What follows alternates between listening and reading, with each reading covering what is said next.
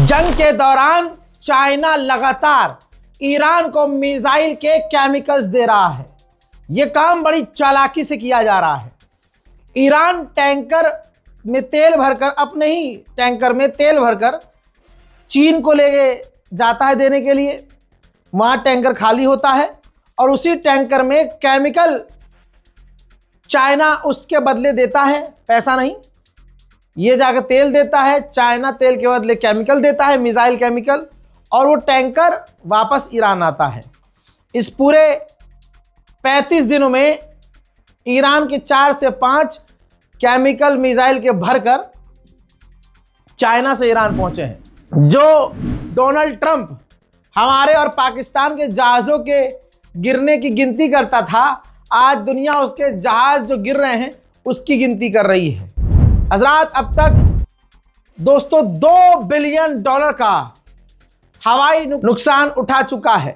एक F-35 lightning II जिसकी कीमत 110 बिलियन है, तबाह कर दिया है ईरान ने। 4 F-15 मारकर गिराया है, $90 मिलियन का नुकसान यहां हुआ है। भाई, थंडरबोल्ट 2 अटैक बॉम्बर 18.8 मिलियन का नुकसान पहुंचाया है। मेरे दोस्तों, E3 सेंट्री EWACS एक डिस्ट्रॉय किया है ईरान ने इसे, जासूसी जहाज। $700 मिलियन का नुकसान हुआ इससे।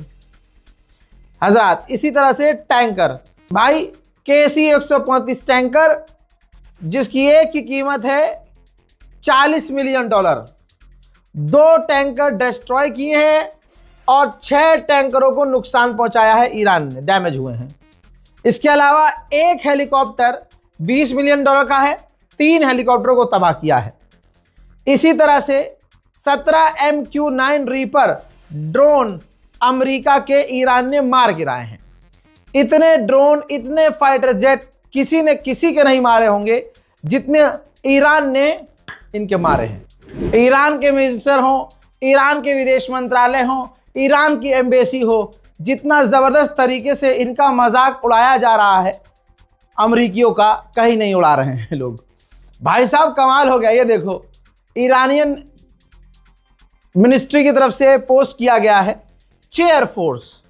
आप समझ रहे हो? जी हाँ, अमेरिका की एयरफोर्स को चेयर फोर्स बोला गया है क्योंकि लगातार अमेरिका के जो जहाज हैं वो क्रैश हुए हैं ईरान के अंदर, और अमेरिकी जो पायलट हैं उन्होंने इसी तरह से अपने आप को इजेक्ट करके बचाया है। ईरान के कमांडर ने घड़ी वाली पॉलिसी इस्तेमाल की है जो इंडिया में है, पहले इस्तेमाल करें फिर विश्वास करें। तो यही भाई साहब है, ईरान के कमांडर ने कहा कि हमारे पास ऐसे ऐसे डिफेंस सिस्टम हैं जो अमेरिका के टॉप के फाइटर जेट को, जहाज को मारकर गिरा सकते हैं। ये पहली बार हुआ है जो सेंटोम हर 2 घंटे में, हर 2 मिनट में पोस्ट किया करता था। इस बात की गवाह मेरी पूरी टीम है। हर 15 मिनट में, हर 10 मिनट में सेंटोम पोस्ट करता था। 2 दिन हो गए हैं, ये देख लो भाईजान, 2 दिन हो गए हैं, सेंटोम ने कुछ पोस्ट नहीं किया है। इज्जत की धज्जियां इस कदर इनकी उड़ी हैं। और आपने ध्यान नहीं दिया, डोनाल्ड ट्रंप जो हर 5-10 मिनट में पोस्ट कर देता था, हर 2 घंटे में ट्वीट कर देता था, अब डोनाल्ड ट्रंप ने भी ट्वीट कम किए हैं। ऐसा लग रहा है पीछे से किसी ने थप्पड़ आया है। सोना, तेरी वजह से सब इज्जत की। मेरे दोस्तों, ईरान की गवर्नमेंट ने इंसानियत दिखाई है और इस वजह से पूरी दुनिया में वाह एक बार फिर से ईरान की हो गई है।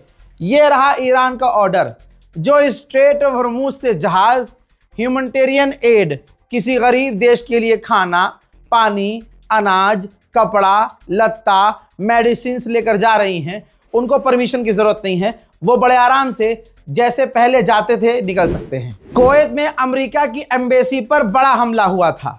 ठीक कहा गया कि ईरान ने किया, ईरान ने मना कर दिया, हमने नहीं किया। लेकिन आइए नुकसान दिखाते हैं। ये देखिए, चिनूक हेलीकॉप्टर है यूएस मिलिट्री का, CH-47 चिनूक। ये अमेरिका के बेस कुवैत में खड़ा था, पूरी तरह से तबाह हो गया। इस जहाज में, एयरक्राफ्ट में अब कुछ बचा नहीं है। ईरानी कमांडर इस्माइल कानी ने कहा है कि हम देख रहे हैं कि अमेरिका की फौज पीछे हट रही है।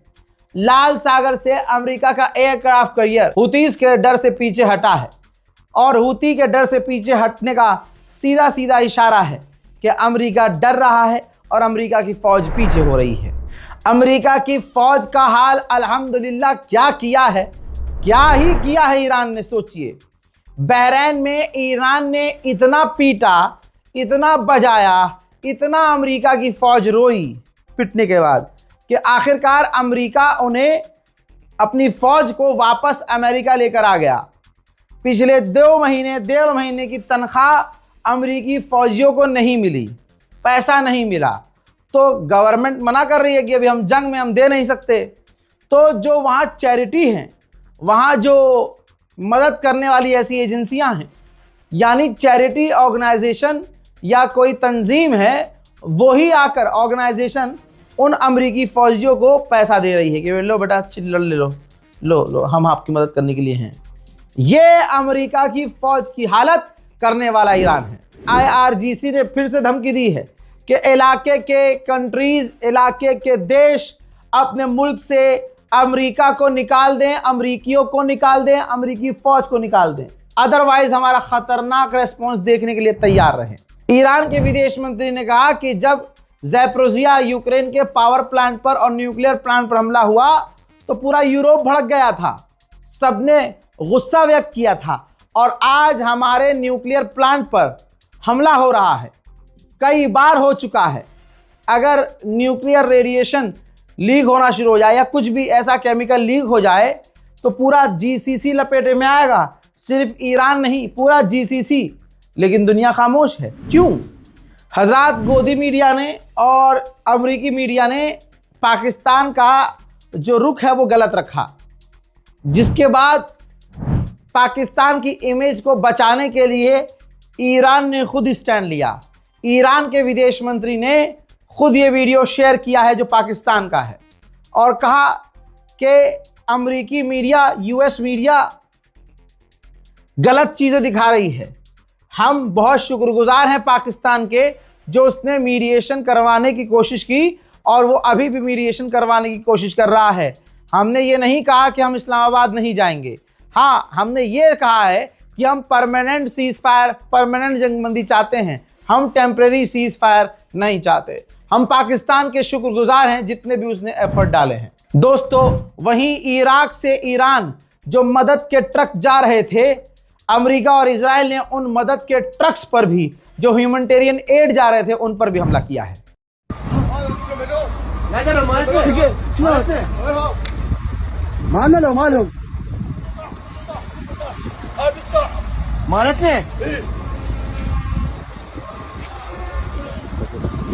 हज़रात, एक और तस्वीर देखिए, ये ईरान के अंदर की है। मेरे दोस्तों, पेट्रोकेमिकल कॉम्प्लेक्स है अहवाज में, वहां पर भी पूरी तरह से खतरनाक तरीके से अमेरिका और इजराइल ने हमला किया है, जहां पर 70% ईरान का गैसोलीन है। दोस्तों, मोहम्मद बिन सलमान ने मेलोनी से मुलाकात की है। मेलोनी इस वक्त मिडिल ईस्ट के दौरे पर है। अमेरिका इजराइल ने ईरान की सीमेंट फैक्ट्री पर भी खतरनाक बमबारी की है। ईरान के एनर्जी चीफ ने बड़ी बात कही।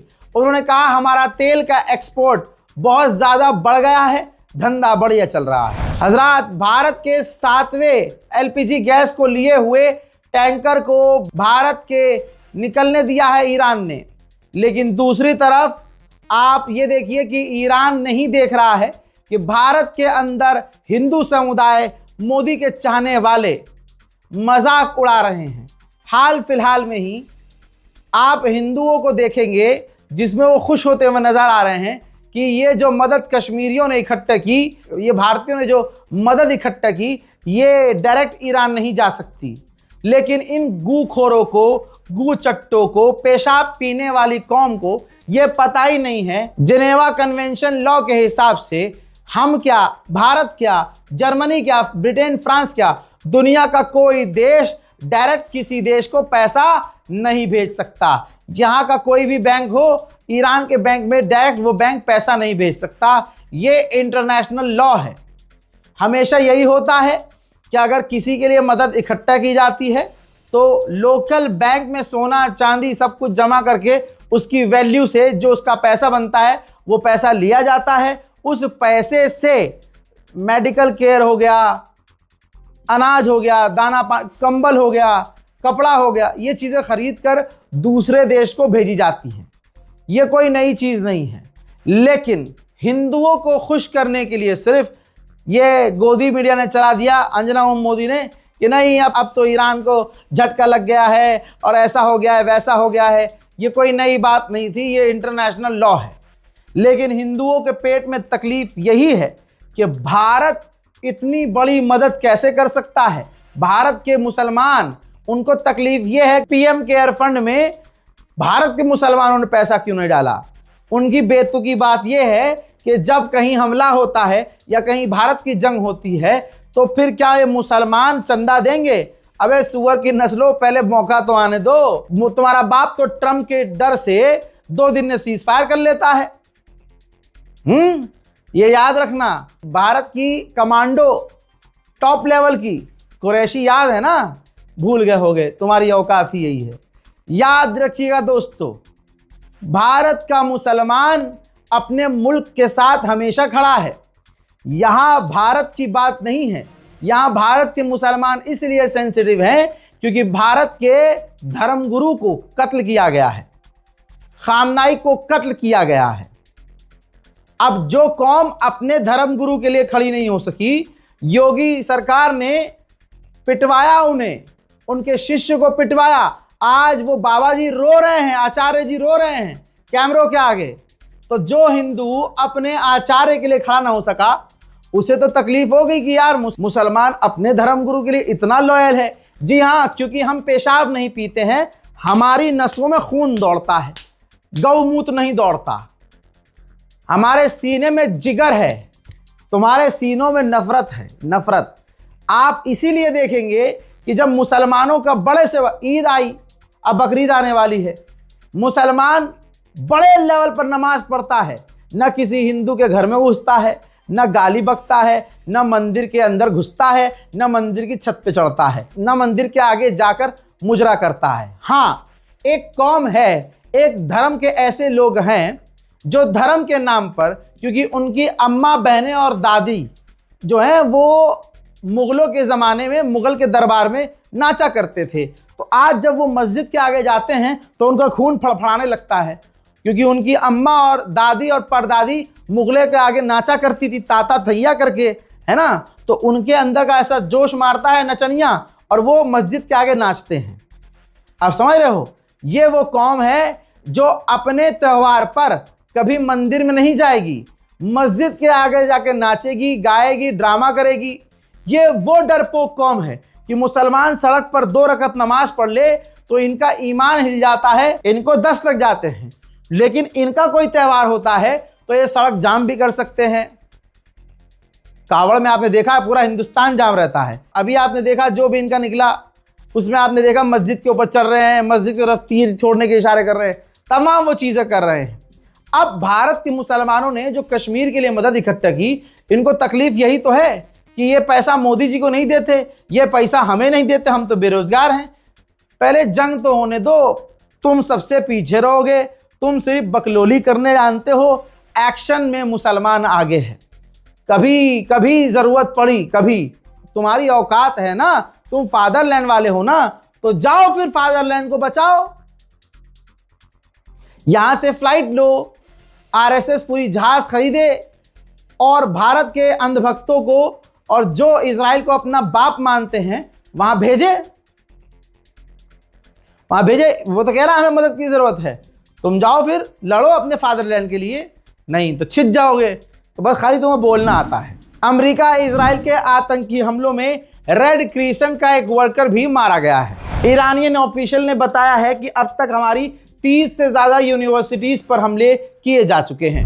मेरे दोस्तों, ब्रिज बनाने वाले जो प्रोजेक्ट मैनेजर थे, कराज ब्रिज B1 जिन्होंने बनाया था, उन्होंने कहा कि मैं काफ़ी दुखी हूँ, ये स्पेशल प्रोजेक्ट था, हमने दिन रात इसमें 3 साल मेहनत की और तमाम पाबंदियों के बीच इस ब्रिज को बनाया, लेकिन आज इसको उड़ा दिया गया। हम दुखी हैं, लेकिन हम इसे दोबारा बनाएंगे इंशाल्लाह। उधर बरतानिया भी इस जंग में है, ईरान माने या ना माने। ब्रिटेन ने कुवैत में एंटी ड्रोन सिस्टम तैनात कर दिए हैं। मोहतरम हजरात, इस वीडियो को, इस रिपोर्ट को शेयर कीजिएगा, अपनी राय कमेंट में जरूर लिखिएगा और रिपोर्ट को अपने दोस्तों और रिश्तेदारों तक शेयर जरूर कीजिए। जय हिंद।